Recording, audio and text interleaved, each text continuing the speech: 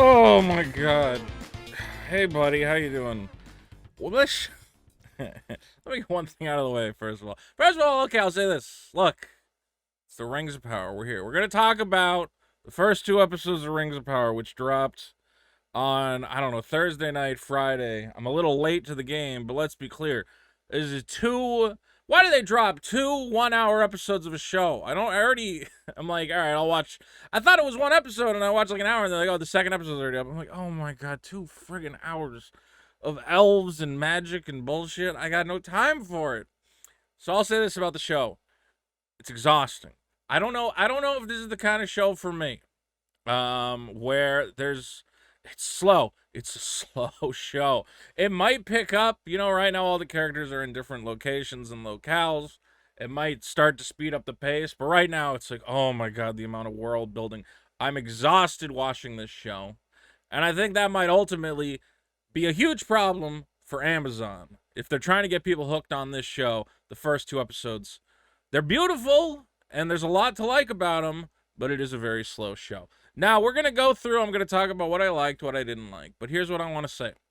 There's a lot of, I'm not even going to mince words. There's a lot of really dumb, stupid, moron idiots out there who are going to tell you the problem with the show is that it's woke. This show is not woke in any way. The thing they claim is woke is that there's not supposed to be black people as elves and there's not supposed to be black people as dwarves. Well, I don't know. I disagree. I don't see any reason a black guy can't play an elf. I don't get it. And if you're here to hear me complain about black people playing elves, then frankly, you're on the wrong channel. The show is not woke. That being said, is it a perfect show? No. We're going to have some very common sense criticisms of the show. But if you're here for a weird rant about, toxic feminism and this is not what we're doing here. We're gonna actually talk about the show like real human beings, okay? Like educated, intellectual people who can have a nuanced conversation. Let's give that a try. So this is my review of the first two episodes of Rings of Power. Don't forget, hit subscribe down there. Subscribe to the channel. Again, if you're the kind of person who likes real movie and TV critique and not just me screaming, oh, it's intersectional politics and feminism. No, we're going to actually talk about the show. Now, episode 1.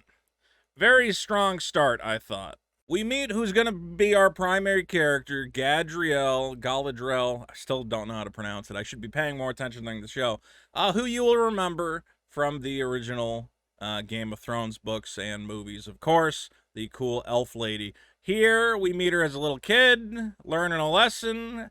Okay, fine, we're kind of establishing some things about her character and establishing that she loves her brother who ultimately died in the war against Mordred, who was, like the proto-Sauron, a big bad evil guy. Here we got some very big, exciting imagery, and that's something you're going to get out of this show. Again, Amazon spent an absolute fortune on Rings of Power, so you're going to get these giant, bombastic CG sequences, for better or for worse. Some people are going to say, well, it looks fake, it looks sterile, you can tell it's, computer graphics.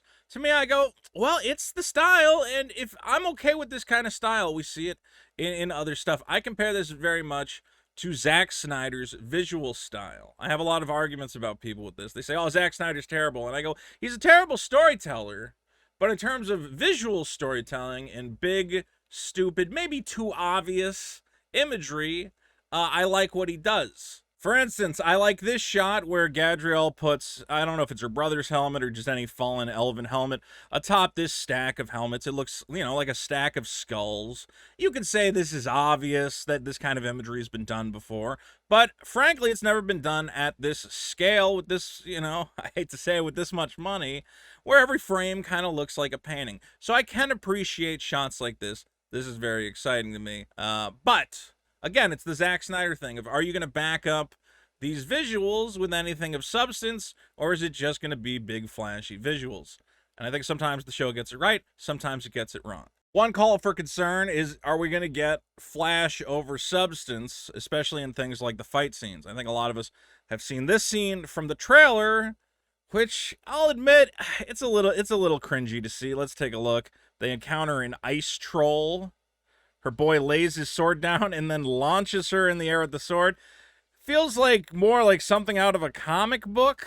than out of a fantasy series like Lord of the Rings. It's like, use my sword as a ramp. Okay, but I don't know. Ultimately, the minor nitpick there. I think the important thing to note about Gabriel and what a lot of people seem to, I don't know, it seems to be going over people's heads, is that she's a very unlikable character. I assume that's on purpose. Because basically, she's taken her elf buddies around the globe searching for Sauron. She believes he's still alive. Everybody else is like, that guy's probably dead. Why are we, risking our lives fighting ice trolls and whatever else? And she's a very kind of pig-headed, stubborn person who is clearly doing this not, out of a noble desire to save the elves, but it's clearly just a quest for personal vengeance. That Sauron killed her brother, and she now wants revenge on him at all costs. I think we're obviously going to see her character sort of soften over time, become more likable. But right now, I see a lot of people complaining, like, she's a fucking bitch. She's not, like, in the movies, she's so cool. Why isn't she like that? Because it's a character arc, you dummies. Okay, a character starts off maybe not in the best place. Maybe they're a little pig-headed, a little arrogant, whatever else. And then she's going to evolve into the character you like. We call it a character arc, you morons. Can you wait? That being said, okay, she is the face of the show. She's the main character, I think, gets the most scenes and the most screen time. So I'm worried audiences are going to get turned off by her so quickly that they're not going to wait for her to grow. The problem is she's not showing any signs of this softer side, of this more understanding side. We're really just seeing her as kind of a hard-nosed, hate to say it, she's kind of a bitch, putting everybody else's lives at risk, forcing them to tromp around the globe.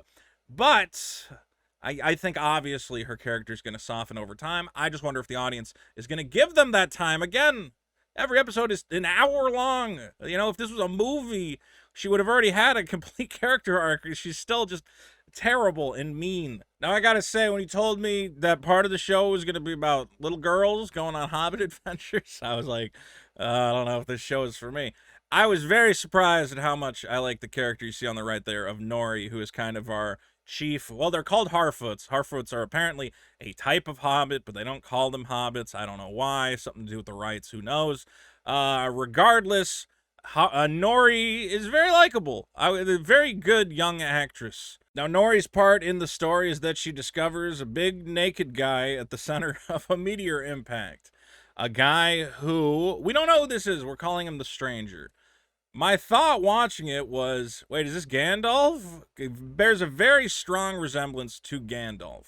Some people are saying not Gandalf, but maybe a wizard in a similar class to Gandalf. Regardless, it's a big, tall guy with long white hair. I'm getting some Gandalf vibes, and I'm interested to see where that goes. It's a good hook, the mysterious stranger from the stars. We're going to see where that goes. Now, well, Gabriel is very unlikable, and I don't know. Again, she's not making for a great main character. Meanwhile, though, Elrond, killing it. I love Elrond.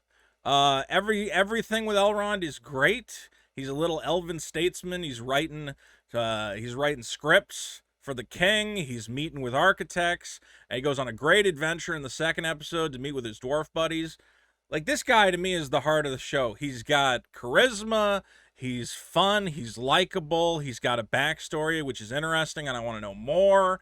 Everything Elrond is doing is knocking out of the park, and that's really where the show seems to shine. And in the second episode, where we really get to see a lot of this guy, he goes to the land of the dwarves, trying to convince his old friend, the Prince of the Dwarves, to help the elves build some towers.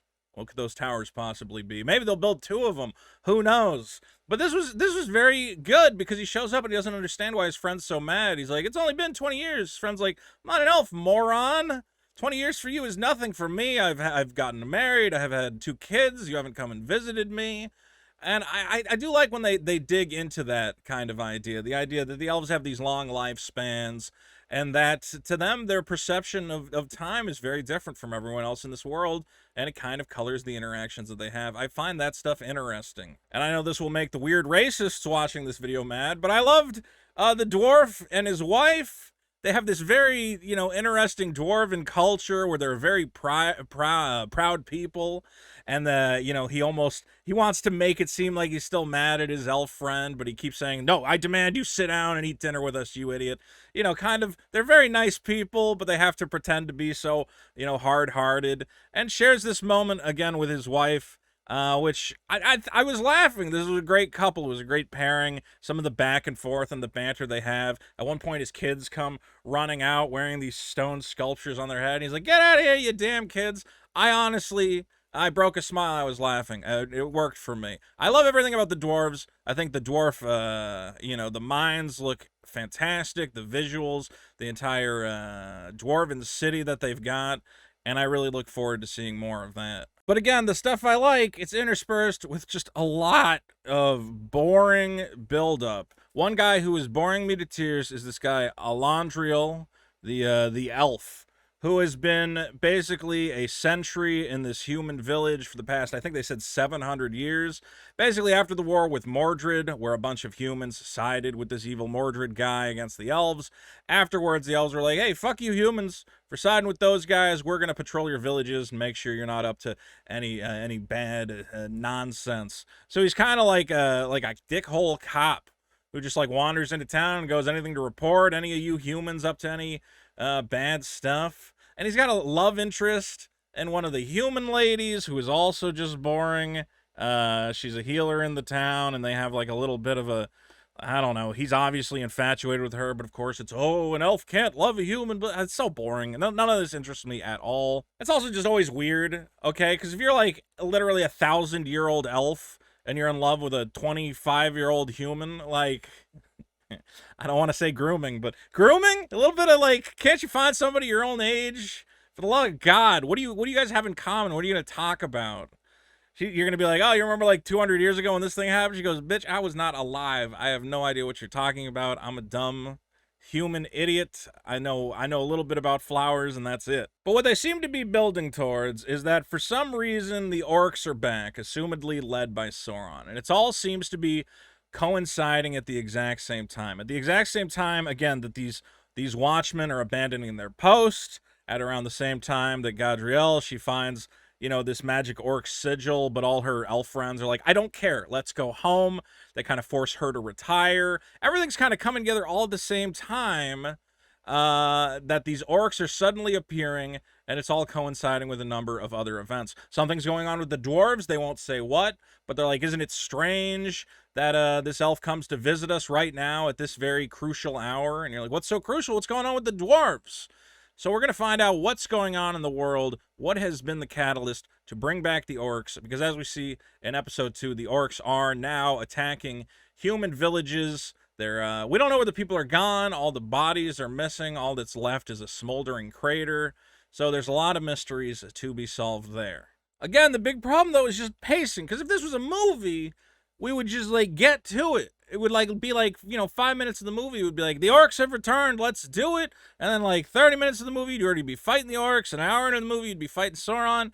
Instead, I gotta wait, oh my god, hours and hours and hours. A good example is his episode 1 ends with Gabriel is being sent to the Valinor, the magic land of the elves, basically like elf heaven or whatever. And at the last minute, she goes, "No, I have to defeat Sauron." And she jumps off the boat. And I'm like, well, what's she going to do now? Swim back to Elf Town? How long is that going to take? And the answer is a whole goddamn episode of her swimming. This is episode 2. It's watching her swim across an ocean. Okay? And then eventually she magically finds like a bunch of shipwrecked people, and they let her come on board, which causes her to meet up with this very handsome guy who's clearly going to be the human main character just because of how damn handsome he is. Then she's got to fight, a sea monster, and she gets shipwrecked and all this nonsense. And I'm like, again, if it was a movie, this would be done with in like 5 minutes. Instead, I got to watch a whole episode of her stranded at sea, swimming. She gets sucked beneath the waves, and that guy's got to, save her because she's tied down by an anchor. Okay. I mean, it all looks great. But I don't know if I don't know if I have the patience for this show. All the visuals are incredible, great special effects. Here we see her buddy, and he's climbing down a rope beneath the surface of the ocean to save his new elf friend. Okay, it all looks great. But I don't know, man, I got stuff to do. Can I really sit around and watch elves and wizards and whatever else just constantly be like, "Oh, the orcs are coming," blah, blah, blah. Like, what's the hook? What is the hook of this show? We're 2 hours in, and all I know is it looks really good. There's some great acting.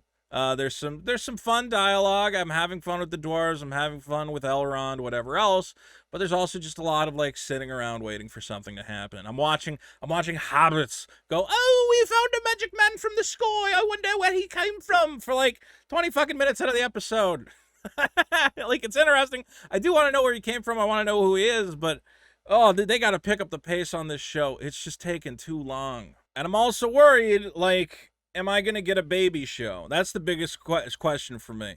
Because, you know, I look at fantasy, and fantasy, I think, has kind of evolved. We had this kind of storybook fantasy, ooh, elves and wizards on a magic adventure. And then we've kind of been having fun subverting it. Game of Thrones has gotten darker, gotten into the sexual and violent aspects of actual, you know, medieval times. I look at a game like Elden Ring, which just came out, which like perfectly subverts these fantasy tropes, which goes, if you lived in a land of like eternal gods and magic, it would be a land of horrors beyond your description. Like omnipotent, invincible, undying individuals would just become the most cruel psychopaths that ever existed. And I find all of that very interesting. I don't think we're going to get anything like that from Lord of the Rings, unless, you know, we get some really hardcore, cool battle stuff. But as is, I mean, it's always fighting orcs, fighting cave trolls. You know, you can put as much blood as you want in there, but ultimately you're just fighting these goofy little made-up creatures. Is it going to have real human intrigue? You know, are our favorite characters going to die? You know, will we see loss? Will we see love? Is this show going to dig down and do more than PG level of violence and excitement? Or is this ultimately going to be kind of dated fantasy? Like, oh, we're on a... And a lot of the dialogue is like that, too. Well, if my son could paint the sky, my sword would be lifted. I know. Like, I've heard it all before. It's kind of like watching the Bible sometimes. I'm hoping they get a little grittier and weird with it. Again, some of this imagery from the opening was very cool, and I hope we're going to get some warfare on that scale, but I don't know what's going to happen. So ultimately, what can I say? I don't think I'm the target audience for this. I don't know who the target audience for this is. Is it diehard Lord of the Rings fans? Is it casual fantasy fans? I mean, they kind of want everyone to watch it. They spent $1 billion on it, but I don't know if this franchise has that kind of mass appeal. Yes, the original movies were like a once-in-a-lifetime cinematic event, but is there enough love for fantasy that you're going to convince people to watch hours upon hours of that? You know, I think about people like my dad. Like, I would take him to watch the Lord of the Rings movies. He's like, yeah, it's cool. There's swords and orcs and whatever else. But if I tried to get him to sit down to watch a 10-hour whatever season of Lord of the Rings, he'd be like, no, I'm doing literally anything else. So I don't know who this show is going to hook. Again, it hasn't even hooked me. I'm looking forward to the 3rd episode. Like, I don't know. I'll watch it when I have time, but it's just too long. I don't know what's going to happen. This is either going to be a huge hit for Amazon, but given the amount of money they spent on it, I don't know how they make $1 billion back on this. I really don't. Please let me know in the comments. What do you think? Did you like it? Did you hate it? Do you think it's woke? And if so, you're an idiot, and you should probably unsubscribe from this channel. But let me know regardless. And don't forget, subscribe to the channel. And check out my comic book over at superkiller.org. Another great story. Better than Lord of the Rings, even. And we'll have that Kickstarter campaign coming soon, so join the mailing list so you can be one of the first to get yourself a copy of Super Killer. I love you guys. Lord of the Rings, I don't know. I don't know if I can keep watching it. It's just so slow. It looks good. It's kind of interesting, but it's slow.